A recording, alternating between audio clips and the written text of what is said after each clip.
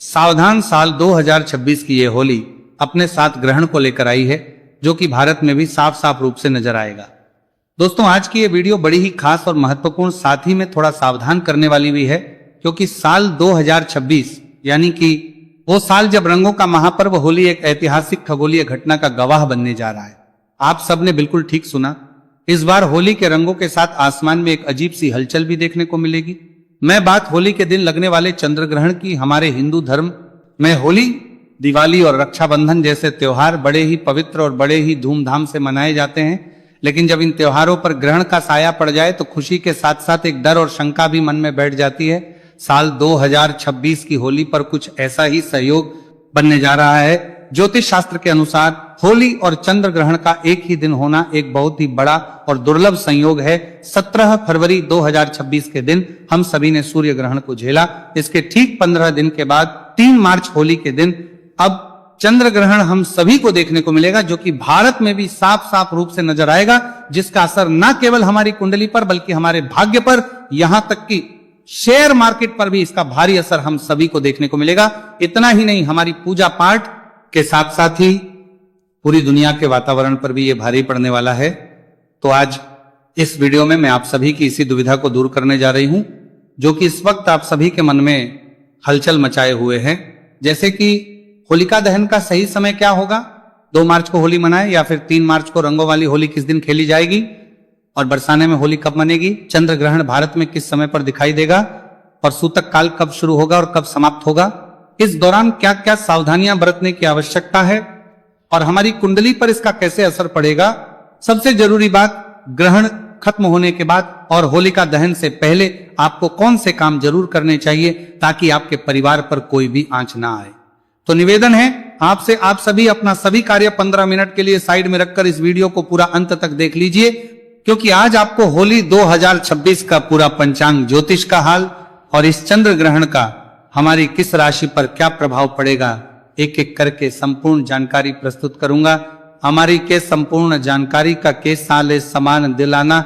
चलिए सबसे पहले बात कर लेते हैं उस कंफ्यूजन की, जिस उलझन की वजह से हमारी तिथियों को लेकर मन में कंफ्यूजन बन जाता है।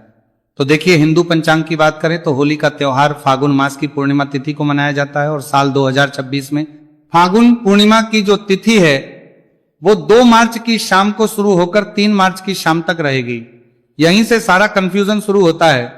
आमतौर पर हम जिस दिन पूर्णिमा की शाम होती है उसी दिन होलिका दहन करते हैं, लेकिन साल 26 में 3 मार्च की शाम को यानी कि पूर्णिमा की शाम के समय में आसमान में चंद्र ग्रहण लगेगा। और हमारे शास्त्रों की बात करें तो ये अटल नियम है कि ग्रहण काल में कोई भी शुभ कार्य या पूजा या अग्नि प्रज्वलित करना सख्त मना होता है। ग्रहण के समय किया गया होलिका दहन शुभ फल प्रदान नहीं करता है बल्कि दोष पैदा करता है। तो फिर होलिका दहन कब किया जाए, तो देखिए, ज्योतिष और पंचांग के अनुसार, जानकारों के अनुसार इसका सटीक ये निकलता है कि 3 मार्च की शाम को ग्रहण है, इसलिए साल 2026 में होलिका दहन 2 मार्च 2026 की रात को किया जाएगा। जी हाँ दोस्तों, तारीख को थोड़ा नोट कर लीजिएगा, होलिका दहन 3 तारीख को नहीं बल्कि 2 मार्च की मध्य रात्रि में होगा। लेकिन रुकिए, 2 मार्च को भी एक बाधा है, और बाधा यह है कि 2 मार्च को शाम होते ही भद्रा लग जाएगी। तो आप तो जानते ही हैं कि भद्रा काल के दौरान होलिका दहन या कोई भी शुभ कार्य करना काल विपरीत बुद्धि जैसा माना जाता है। भद्रा में किया गया होलिका दहन परिवार, समाज और देश के लिए अशुभ होता है, इसलिए हमें भद्रा के खत्म होने का इंतजार करना पड़ेगा। तो साल 2026 में होलिका दहन का सबसे शुद्ध और सबसे शुभ मुहूर्त जो है, जो कि निकलकर सामने आ रहा है, वो है 2 मार्च को देर रात यानी कि 3 मार्च की शुरुआत होने वाली जब होगी रात के समय में 12:50 से लेकर रात को 2:02 तक। ये वो समय है जब भद्रा की पुंज होगी या भद्रा समाप्त हो चुकी होगी। ये लगभग 1 घंटा 12 मिनट का समय हमें मिल रहा है, और आप इस समय में पूरी श्रद्धा और विधि विधान से होलिका दहन कर सकते हैं। इस समय अग्नि प्रज्वलित करना आपके घर से नकारात्मकता को जलाकर राख कर देता है। तो वीडियो में आगे मैं आप सभी को बताऊंगा कि इस बार रंगों वाली होली किस दिन खेली जाएगी, बरसाना में होली कब है, सूतक काल का सही समय क्या है, और ग्रहण के गर्भवती महिलाओं को क्या सावधानी रखनी है। ये जानकारी बड़ी ही सूक्ष्म और महत्वपूर्ण है। लेकिन उससे पहले एक काम आप सभी को करना है, कमेंट सेक्शन में आप अपना नाम, स्थान और डेट ऑफ बर्थ लिख दीजिए, ताकि इस चंद्र ग्रहण के समय आपकी डेट ऑफ बर्थ के अनुसार राशि के अनुकूल क्या उपाय बनता पड़ेगा वो मैं आपको रिप्लाई के माध्यम से ही बता दूंगा। साथ ही साथ ओम सोमाय नमः भी जरूरी लिखिएगा ताकि इस चंद्र ग्रहण का कोई गलत प्रभाव आप पर ना पड़ पाए। साथ ही अगर मेरे चैनल मेरी आवाज को आप पहली बार सुन रहे हैं तो चैनल को सब्सक्राइब करके पास वाले बेल आइकॉन को प्रेस करके रखिएगा और वीडियो को लाइक कर दीजिएगा, क्योंकि हम यहाँ सभी व्रत और त्योहारों की सही शास्त्रीय जानकारी प्रदान करते हैं। ज्योतिष शास्त्र और पंचांग के आधार पर आपको बताते हैं कौन सी तिथि कब है, व्रत आदि कब करना है, क्या विधि है, क्या नियम है और क्या गलती नहीं करनी है। यदि आप सभी व्रत और त्योहारों की सही शास्त्रीय जानकारी पाते रहना चाहते हैं तो कृपया चैनल को सब्सक्राइब कीजिए और को प्रेस कीजिए। जब आप सब्सक्राइब का बटन दबाएंगे तो वहां एक घंटी का निशान बना हुआ आएगा, उसको अवश्य दबाइएगा, तभी आपको हमारे सारे वीडियो प्राप्त होंगे, अन्यथा आपसे जानकारी छूट जाएगी। चलिए अब बात कर लेते हैं उस खगोलीय घटना की जिससे हर कोई डरा हुआ है। चंद्र ग्रहण साल 2026 का वो पहला चंद्र ग्रहण है जो कि 3 मार्च 2026 मंगलवार के दिन लगने जा रहा है और इसके ठीक 15 दिन के पहले ही 17 फरवरी को सूर्य ग्रहण भी लगा था। यह कोई मामूली ग्रहण नहीं होता है। जब 15 दिन के अंतराल में 2 बड़े ग्रहण पड़ते हैं तो उसका ग्रहण प्रभाव हम सभी के जीवन पर और हमारे देश पर भी पड़ता है। यह एक पूर्ण चंद्र ग्रहण होगा। इसका मतलब चंद्रमा पूरी तरह से पृथ्वी की छाया में आ जाएगा और लाल रंग में दिखाई देगा, जिससे कि भी कहा जाता है। अब सबसे बड़ा सवाल यह पैदा होता है कि क्या यह ग्रहण भारत में दिखाई देगा और इसका समय क्या होगा? तो जी हां, यह ग्रहण बिल्कुल भारत में दिखाई देगा। भारत के अधिकांश हिस्सों से इसे देखा जा सकेगा। इसके पीछे एक शर्त है। शर्त यह है कि यह एक ग्रस्तोदय चंद्र ग्रहण होगा। ग्रस्तोदय का मतलब होता है जब शाम को भारत में चंद्रमा उग तो जाएगा, पहले से ही ग्रहण से ग्रस्त होगा, यानी कि हमें चंद्रमा साफ सुथरा नहीं बल्कि कटा हुआ या छाया से ढका हुआ उगता हुआ दिखाई देगा। रब जान लेते हैं इसका सही समय। तो देखिए, भारतीय समय के अनुसार बात करें तो यह ग्रहण 3 मार्च को दोपहर के बाद से शुरू हो जाएगा, लेकिन चूंकि दिन में हमें चांद नहीं दिखता है इसलिए इसका महत्व शाम से शुरू होगा। भारत में चंद्रोदय का समय अलग अलग शहरों में अलग अलग समय पर होता है, यानी कि लगभग 6 से 6:30 बजे के बीच होता है। जैसे ही शाम को लगभग 6:00 के आसपास पूरब दिशा में चांद निकलेगा, ग्रहण शुरू हो चुका होगा। यह ग्रहण शाम 6:47 पर समाप्त हो जाएगा, यानी कि इसका मोक्ष काल शाम 7 बजे से पहले ही हो जाएगा। भले ही यह ग्रहण भारत में शाम को केवल 20 से 25 मिनट के लिए ही दिखे, लेकिन शास्त्रों के अनुसार अगर ग्रहण आपके शहर में दिख रहा है तो इसका सूतक काल भी पूरी तरह से मान्य होगा।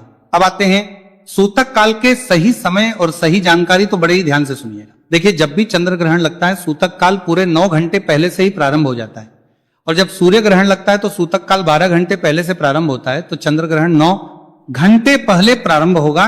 तो ग्रहण का जो स्पर्श काल है वो भारतीय समय के अनुसार बात करें तो दिन में ही हो जाएगा। इसलिए 3 मार्च को सुबह से ही सूतक के नियम लागू हो जाएंगे।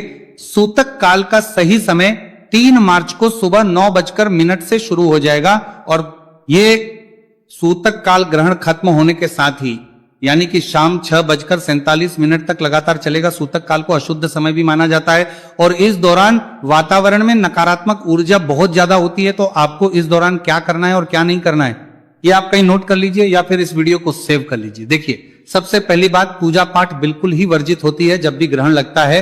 तो देखिए, 3 सुबह 9:30 से पहले आप सभी अपने घर में पूजा पाठ से निपट जाइएगा, और इसके 3 सुबह 9:00 बाद में घर के मंदिर के जो कपाट हैं उन्हें बंद कर दीजिएगा या फिर पर्दा डाल दीजिएगा। भगवान की मूर्तियों का स्पर्श करना पूरी तरह से वर्जित होगा। और दूसरा, खाने पीने की जो भी चीजें हैं सूतक का लगने से पहले ही, यानी कि सुबह 9 बजे के आसपास ही खाने की सभी चीजों में, जैसे कि दूध, दही, पानी का मटका हो गया, या कोई खाने की ज्यादा चीज है तो उसमें भी तुलसी दल डालकर रखिएगा, डाल दीजिएगा। देखिए, वैज्ञानिक और धार्मिक दृष्टि से तुलसी में पारा यानी कि मर्क्यूरी होता है, जो कि ग्रहण की हानिकारक किरणों को भोजन में प्रवेश करने से रोकता है। तीसरा, इस दौरान आप किसी भी नुकीली चीजें जैसे कि सुई, कैंची, चाकू का इस्तेमाल बिल्कुल भी ना करें। सिलाई, कढ़ाई भी ना करें। बस मन ही मन में मंत्रों का जाप करते रहें या फिर धार्मिक पुस्तकें पढ़ें। जो भी गर्भवती महिलाएं हैं वो पूरे तरीके से अपने आप को में बंद कर ले ताकि कहीं से भी रोशनी ना पड़ सके। कोशिश करें कि ग्रहण काल के दौरान परिवार का कोई भी सदस्य घर से बाहर ना निकले, और गर्भवती महिलाएं इस दौरान ना तो झुके, और कोशिश करें कि इस दौरान अपने पेट पर गेरू का लेप लगा लें या फिर गाय के शुद्ध गोबर का लेप भी आप लगा सकते हैं। और अब सबसे बड़ा सवाल जो कि हर किसी को परेशान करके रखता है कि रंगों वाली होली कब खेली जाएगी, यानी कि धुलंडी कब खेली जाएगी। तो देखिए, आमतौर हम होलिका दहन की अगली सुबह रंग खेलते हैं, तो इस हिसाब से तो हमने होलिका दहन 2 मार्च की रात को किया। इस हिसाब से 3 मार्च की सुबह हमें रंगों वाली होली खेलनी चाहिए। लेकिन यहां ज्योतिष आड़े आता है, 3 मार्च को सुबह से ही सूतक लग रहा है और शाम को ग्रहण है। तो ज्योतिष शास्त्र कहता है कि ग्रहण के दिन उत्सव नहीं मनाना चाहिए। ग्रहण का दिन संयम, तप और जप का दिन होता है, ना कि शोर शराबे और ना ही हुड़दंग का। इसलिए देश के बड़े विद्वानों और काशी के पंचांग के अनुसार रंगों वाली होली 3 मार्च को नहीं बल्कि 4 मार्च 2026 बुधवार को खेली जाएगी। 4 मार्च को ग्रहण का कोई साया नहीं होगा, पूर्णिमा तिथि खत्म हो चुकी होगी और चैत्र मास की प्रतिपदा तिथि यानी कि हिंदू नववर्ष की पहली सुबह की तरह होगी। वातावरण पूरी तरह से शुद्ध और सकारात्मक हो चुका होगा। इसलिए 4 मार्च को आप जी भर के रंगों वाली होली खेलें, गुलाल उड़ाएं और होली मिलन समारोह बड़े ही प्रेम और धूमधाम से मनाएं। इस दिन पूरी तरह से शुभ योग भी बन रहे हैं। और अब बात कर लेते हैं कि ये चंद्र ग्रहण भारत में कहां कहां पर दिखाई देगा और इसका ज्योतिष प्रभाव क्या है। तो देखिए, ये चंद्र ग्रहण मुख्य रूप से एशिया, ऑस्ट्रेलिया, अमेरिका और प्रशांत महासागर के क्षेत्रों में दिखाई देगा। ज्योतिष की दृष्टि से यह ग्रहण सिंह राशि और पूर्व फाल्गुनी नक्षत्र में लग रहा है। इसका मतलब यह है कि जिन लोगों की राशि सिंह है, इस दिन थोड़ा ज्यादा संभल कर रहने की आवश्यकता है। आपको मानसिक तनाव, बेचैनी या छोटी मोटी चोट लग सकती है, तो थोड़ा सा ध्यान और सतर्क रहिएगा। सिंह राशि के अलावा कुंभ और वृश्चिक राशि वालों को भी थोड़ी सावधानी ज्यादा बरतने की आवश्यकता है, लेकिन घबराइए नहीं, उपाय बड़ा ही सरल है। ग्रहण के दौरान आप अपने गुरु में समाज कहता है मंत्र का जाप करते हुए रहें, या फिर ओम नमः शिवाय महामृत्युंजय या फिर ओम नमो भगवते वासुदेवाय नमो नमः का जाप भी कर सकते हैं।